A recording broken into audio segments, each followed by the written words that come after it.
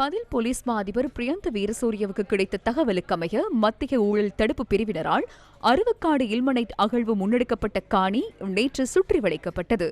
தொல்பொருள் முக்கியத்துவம் வாய்ந்த குறித்த காணியில் புவிசரிதவியல் மற்றும் சுரங்கப் பணியகத்தின் எந்தவொரு அனுமதியுமின்றி இயந்திரங்களை பயன்படுத்தி இல்மனைட் உள்ளிட்ட பெறுமதிமிக்க கனிமப் பொருள் அகழ்வும் தயார்படுத்தல் மற்றும் களஞ்சியப்படுத்தல் நடவடிக்கைகளும் முன்னெடுக்கப்பட்டதாக போலீசார் தெரிவித்தனர்.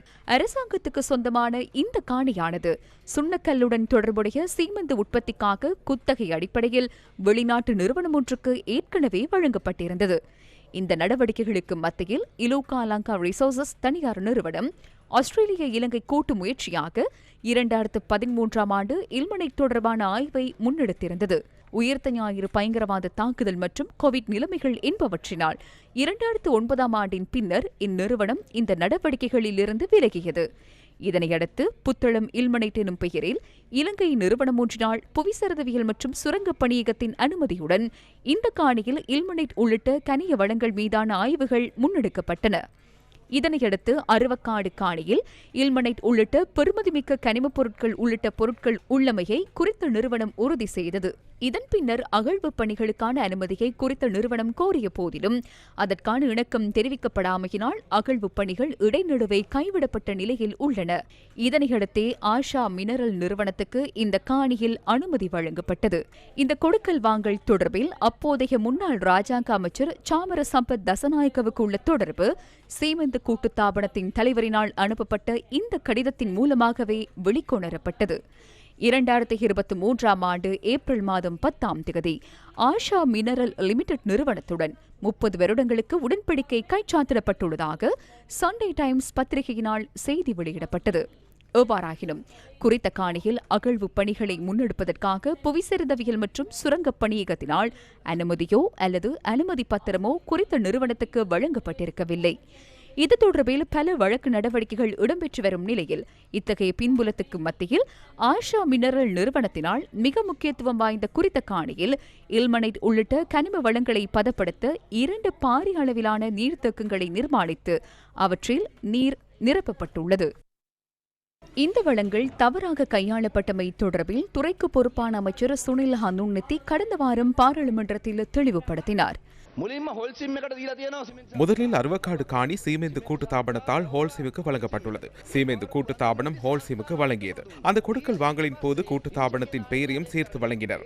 அதன் பின்னர் இன்சே என்ற நிறுவனம் அதனை முன்னெடுத்தது. தொடர்ந்து அதே காணி PIL என்ற மற்றொரு நிறுவனத்துக்கு வழங்கப்பட்டது. PIL ஆய்வுகளை மேற்கொண்டது. அந்த சந்தர்ப்பத்தில் சாமர சம்பத் அதே காணியை மற்றொரு நிறுவனத்திற்கு வழங்கினார். ஆஷா மினரல் என்ற நிறுவனத்துக்கு வழங்கினார். தற்போது ஒரே காணியில் இருவர் உள்ளனர்.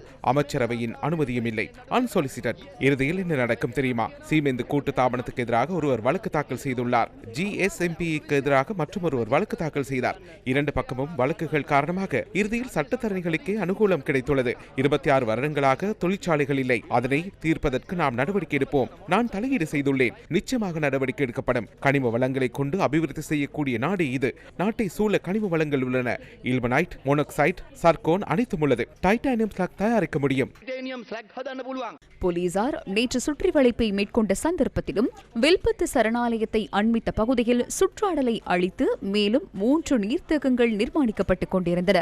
இந்த காணியில் இல்மனைட் உள்ளிட்ட பெறுமதியான கனிம வளங்கள் அமைந்துள்ளதாகவும் அதற்கடியில் சுண்ணாம்பு கட்பாறை அமைந்துள்ளதாகவும் தெரிய வந்துள்ளது. இந்த காணி வில்பத்து சரணாலயத்துக்கு அருகில் காணப்படுகின்றது. கனிம வள அகழ்வுக்கு 58 நிறுவனங்களுக்கு அனுமதி பத்திரங்கள் வழங்கப்பட்டிருந்தாலும் கடந்த 7 வருடங்களில் கனிம வளங்களூடாக $60 மில்லியன் வருமானம் மாத்திரமே கிடைத்துள்ளதாக அமைச்சர் சுனில் ஹனுன்னதி குறிப்பிட்டார். ஸ்ரீலங்கா பிராந்தியத்திலும் இலங்கையின் நிலப்பரப்பிலும் கனிம வளங்கள் நிறைந்து காணப்படுகின்றன. நாடு முழுவதும் கனிம வளங்கள் அமைந்துள்ள விதம் இந்த வரைபடத்தின் மூலம் தெளிவாகின்றது. கிழக்கு கரையோரத்தின் புல்மோட்டை பகுதியில் ரூட்டைல், இல்மனைட், சர்கோன் கனிமமண், இப்பாவல பகுதியில் அப்படைட்டட், நாடு முழுவதும் கனிம மணல், மலையக பகுதிகளில் பல்வேறு களிமண் வகைகள், ரத்தனபுரியில் மாணிக்கக்கல் என நாட்டின் அனைத்து பகுதிகளிலும் கனிம வளங்கள் காணப்படுகின்றன. இலங்கையின் கனிம வளங்களுக்கு உலகளாவிய ரீதியில் அதிக கேள்வி நிலவுகின்றது. எனினும் கடந்த சில தசாப்தங்களாக அரசியல்வாதிகள் மற்றும் வர்த்தகர்களின் நலனுக்காக மாத்திரமே கனிமப் பொருட்கள் பயன்படுத்தப்பட்டுள்ளன. இதற்காக அமைச்சர்கள், பாராளுமன்ற உறுப்பினர்கள் எழுதிய கடிதங்கள் கட்டுக்கட்டுகளாக ஆவணக் கோவைகளில் காணப்படுகின்றன. இனியேனும் இந்த கனிம வளங்களை பயன்படுத்தி பெறுமதி சேர் தயாரிப்புகளூடாக நாட்டின் பொருளாதார நெருக்கடிக்கு தீர்வு காணும் தீர்மானங்களை எடுக்க வேண்டும் அல்லவா?